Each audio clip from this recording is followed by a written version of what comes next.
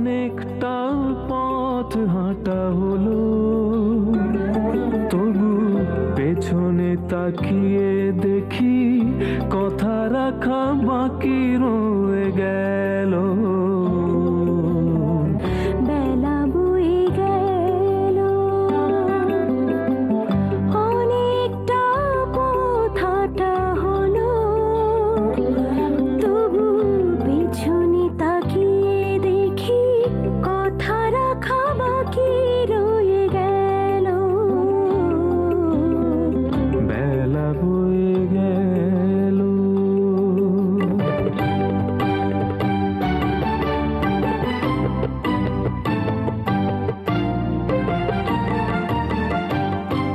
তাই অবেলায় সেরে ফেলা পড়ে থাকা যত কিছু কাজ, অবেলায় স্নান সারা, অবেলায় ঘুম, অবেলায় সেজে নেয়া বেমানান সাজ।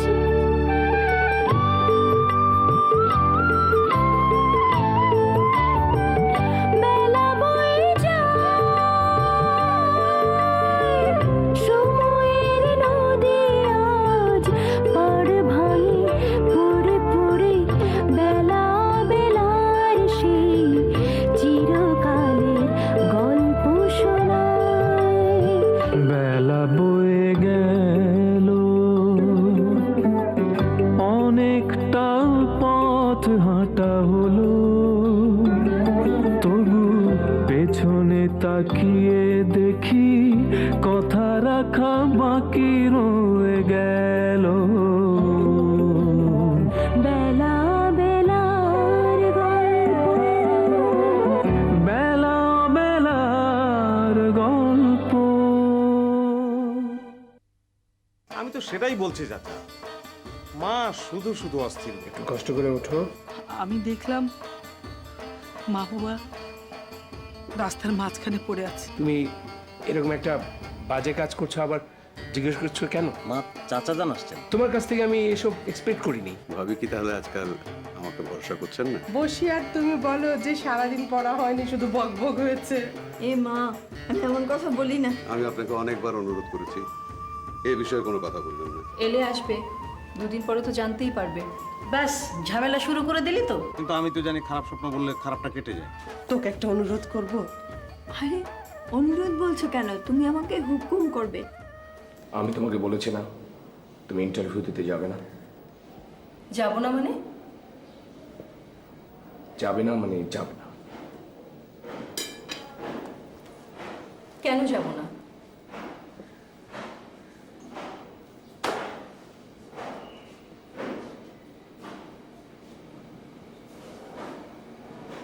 লিয়ানা,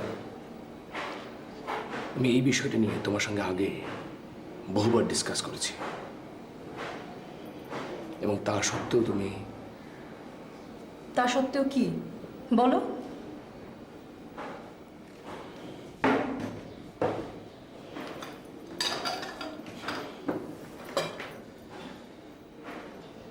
লিয়ানা, আমার কথা বলতে এখন একদম ইচ্ছে করছে না। আচ্ছা ইমতি, তুমি একটা সাধারণ বিষয় কেন বুঝতে চাইছো না?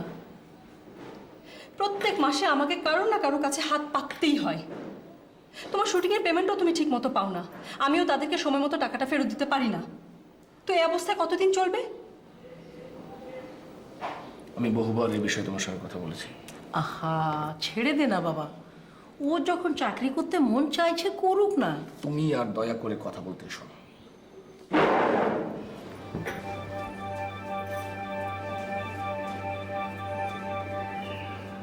মা, সবকিছু জানার পরে তুমি আমার কাছে গোটা ব্যাপারটা চেপে যাচ্ছে।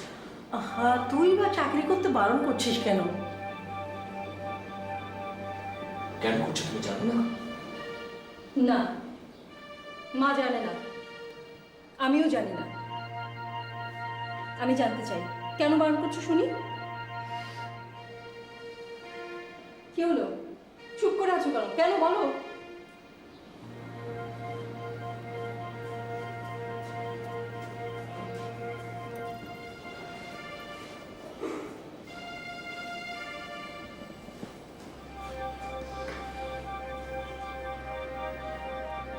লিয়ানা, আমাকে মুখ খুলতে বাধ্য করো না। মুখ খুলতে মানে? তুমি কি বলতে চাইছো? তুমি কি ধারণা করছো আমি ওখানে পরকীয়া করতে চাচ্ছি? আমি কখনো কোনোদিন এ ধরনের কথা বলিনি। তোমার উপরে যথেষ্ট বিশ্বাস আমার আছে। তুমি চাকরি করতে গেলে তোমার বাড়ির লোকজন আমাকে আমাকে কথা শোনাবে। এখানে কথা শোনানোর কি আছে? এটা সম্পূর্ণ আমার ডিসিশন। লিয়ানা, একা সবসময় নিজের ডিসিশন নেওয়া ঠিক না। যখন ওই ডিসিশনটার প্রভাব অন্য মানুষের উপর পড়ে। তার মানে কি বলতে চাইছো তুমি?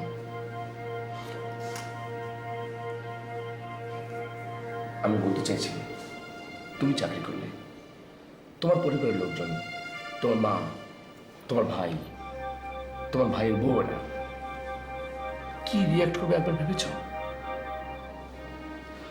আমার অর্থনৈতিক অসচ্ছলতা নিয়ে তারা আমাকে করুণা করবে।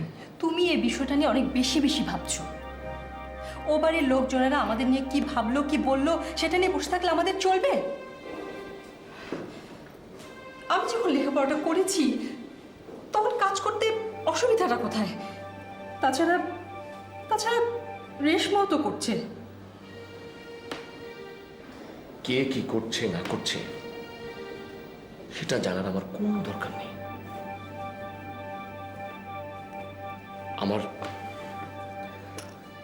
আমার যত সংকটই হোক, আমার যত কষ্ট হোক,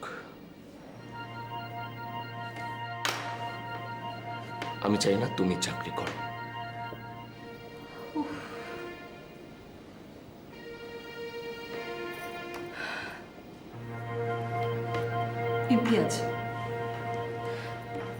ইমতিয়াজ প্লিজ,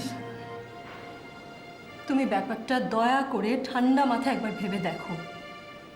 আচ্ছা তুমি বলো, তোমার কাজের পেমেন্ট কি তুমি সময় মতো সবসময় পাও? আমাদেরকে তো কোনো না কোনোভাবে অন্য ফ্যামিলির উপর ডিপেন্ড করতেই হয়। তো এই অবস্থায় আমি যদি একটা চাকরিতে জয়েন করি, আমাদের কি ইকোনমিক্যালি কিছুটা সচ্ছলতা আসবে না বলো? ওকে, আমি সব কিছু বাদ দিলাম। তুমি সিরিয়াসলি একবার রেশমার কথাটা ভাবো। রেশমার বাবা যখন রিটায়ার্ড করলেন তখন ওদের ফ্যামিলির কি চরম অর্থনৈতিক সংকট অবস্থা। তো সে অবস্থায় রেশমাই তো চাকরিতে জয়েন করে ওদের ফ্যামিলিটার হাল ধরেছিল নাকি?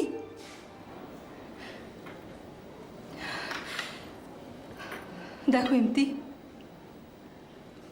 আমি তোমাকে কোনো বিপদে ফেলার জন্য চাকরিতে জয়েন করতে চাইছি না।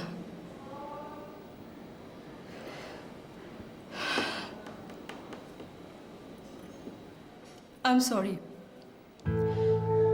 এখন আর আমার পক্ষে তোমার কোনো কথা শোনা সম্ভব নয়। তুমি যদি অন্য কোনো রিজন দেখাতে তাহলেও সেটা নিয়ে আমি ভাবতাম, কিন্তু এটা নিয়ে ভাবার আর কোনো অবকাশই নেই আমার।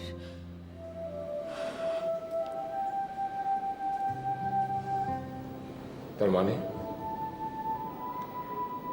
তুমি যাবে? হ্যাঁ, আমি যাব।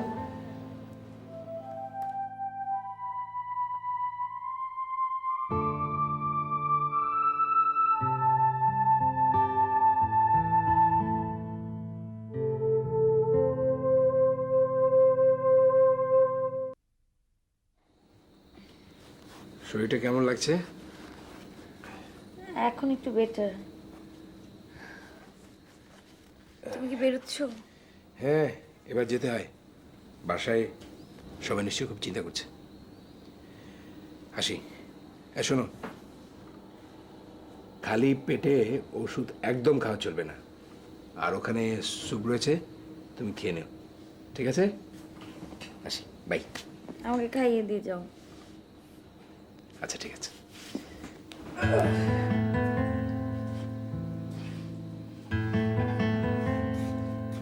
এই চলে এসছে তোমার স্যুপ।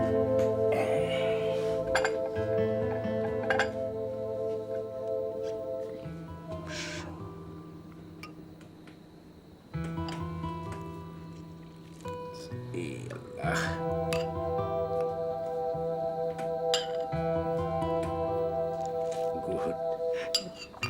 আর দেবো?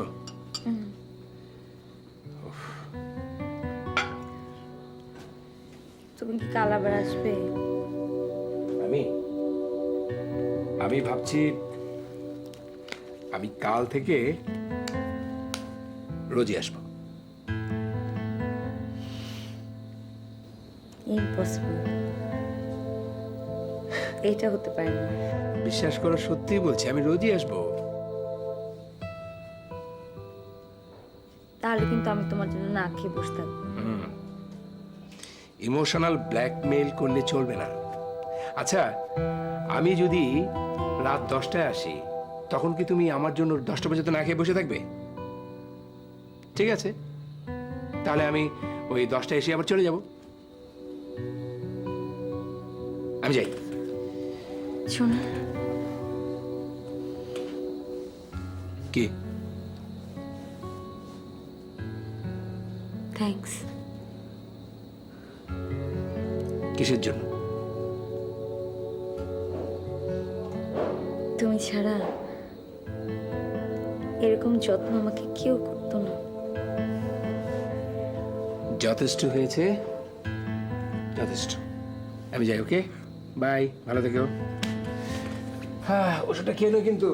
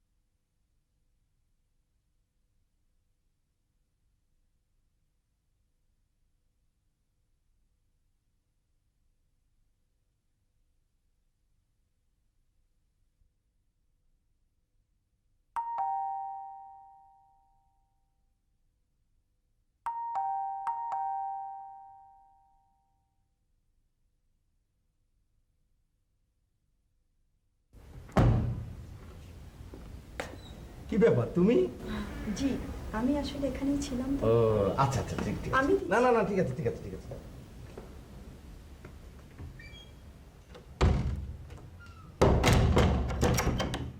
ও তুমি না, তা তোমার সাথে তো এখন পর্যন্ত ভালো করে আলাপই হলো না। হ্যাঁ, এ কি, এটা কি করেছো? ছি ছি ছি ছি ছি, এখন কি হবে? কেন কি? তাড়াতাড়ি যাও, তাড়াতাড়ি বাথরুমে গিয়ে ভালো করে ডেটল সাবান দিয়ে হাতটা ধুয়ে এসো। যাও যাও যাও। পান্না, এই পান্না, এই তাড়াতাড়ি কাগজ থেকে নিয়ে যা, পুড়িয়ে ফেল। এটা ভর্তি রোগ জীবাণু। অলরেডি মতো একজন এফেক্টেড হয়ে গেছে। কি হলো? আচ্ছা, কি- তুমি এখনো বাথরুমে গেলে না? হ্যাঁ, কিন্তু কি হয়েছে যে আমি ও এই যে এই ভয়ঙ্কর পত্রিকাটি বের করে হচ্ছে নাসির, ওটা ভর্তি রোগ জীবাণু। তুমি যে কি করো না, হ্যাঁ?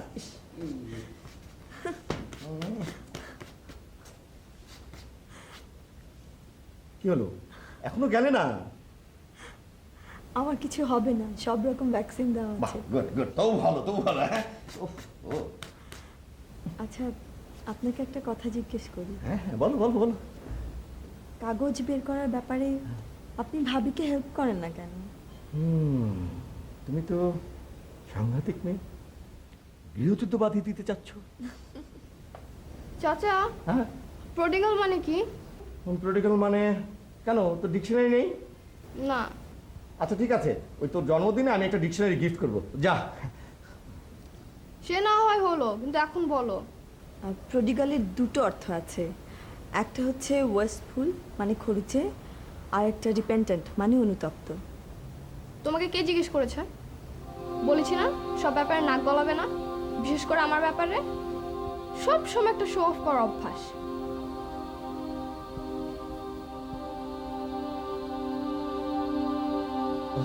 ও ও হ্যাঁ, শোনো শোনো শোনো, ওই তুমি পত্রিকার কথা বলছিলে না, মানে ওই নাশিদের পত্রিকার এডিটোরিয়াল না আমার পত্রিকার এডিটোরিয়ালটা, বুঝতে পারছো? তুমি দেখলেই বুঝতে পারবে যে কেন ওটাকে আমি রোগ জীবাণু ভরা একটা মানে বিশাল একটা এগুলো বলছি। আর শোনো শোনো, ঘটনা হচ্ছে যে ওদের যে নিউজ স্টেটমেন্ট আর আমার নিউজ স্টেটমেন্টের মধ্যে একেবারে আকাশ আর পাতাল। আর আমার যে সার্কুলেশন সেটা তুমি বুঝতেই পারবে যে কি পরিমাণ যে আমার সাথে ওর পার্থক্যটা রয়েছে। হ্যাঁ,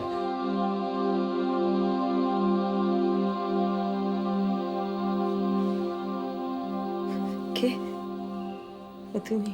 শরীর খারাপ লাগছে? না, এমনি।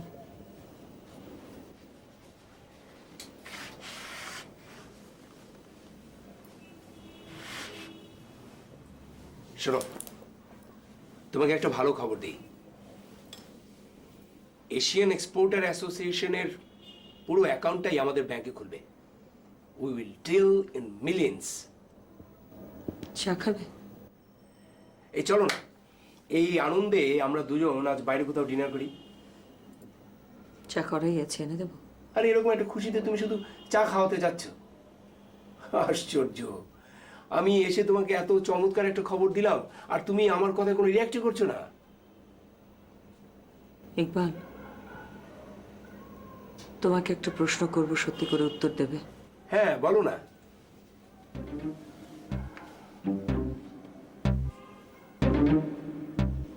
গতকাল রাতে তুমি কোথায় ছিলে?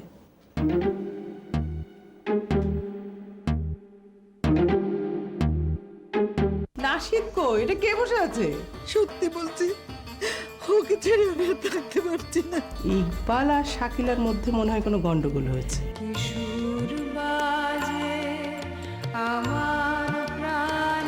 ভাবি, তুমি কি শুনেছো ইকবাল কাল রাতে বাড়ি ফিরেনি? কাল রাতে তুমি কোথায় ছিলে? আর যা, আরে সত্যি বলছিস? আমি আমার কাছে সম্পূর্ণভাবে পরিষ্কার। তুমি যদি আমাকে সন্দেহ করো, সেখানে আমার করার কিছু নেই। এমন কেন করছো মা? তুমি এমন করলে তো আমিও ভেঙে পড়ি। একটু শক্ত হও না মা। তুমি ওই মেয়েটাকে বাড়ি থেকে চলে যেতে বলো। কিন্তু কাল রাতে যখন তুমি মোবাইলে আমার সঙ্গে কথা বললে, তখন তোমার প্রত্যেকটা কথা খুব পরিষ্কারভাবে আমি শুনতে পেয়েছি। কারণ ও এ বাড়িতে থাকলে আমি থাকবো না। তাহলে তুমি শখের গোয়েন্দাগিরি শুরু করেছো। ভালো, অবশ্য সেটা তোমার ওই এনজিওর চেয়ে অনেক ভালো। মানে এখন এই ব্যাপারে কাউকে কিচ্ছু বলার দরকার নেই। বেলা বয়ে গেল, অনেকটা পথ হাঁটা হলো, তবু পেছনে তাকিয়ে দেখি কথা রাখা বাকি রয়ে গেল।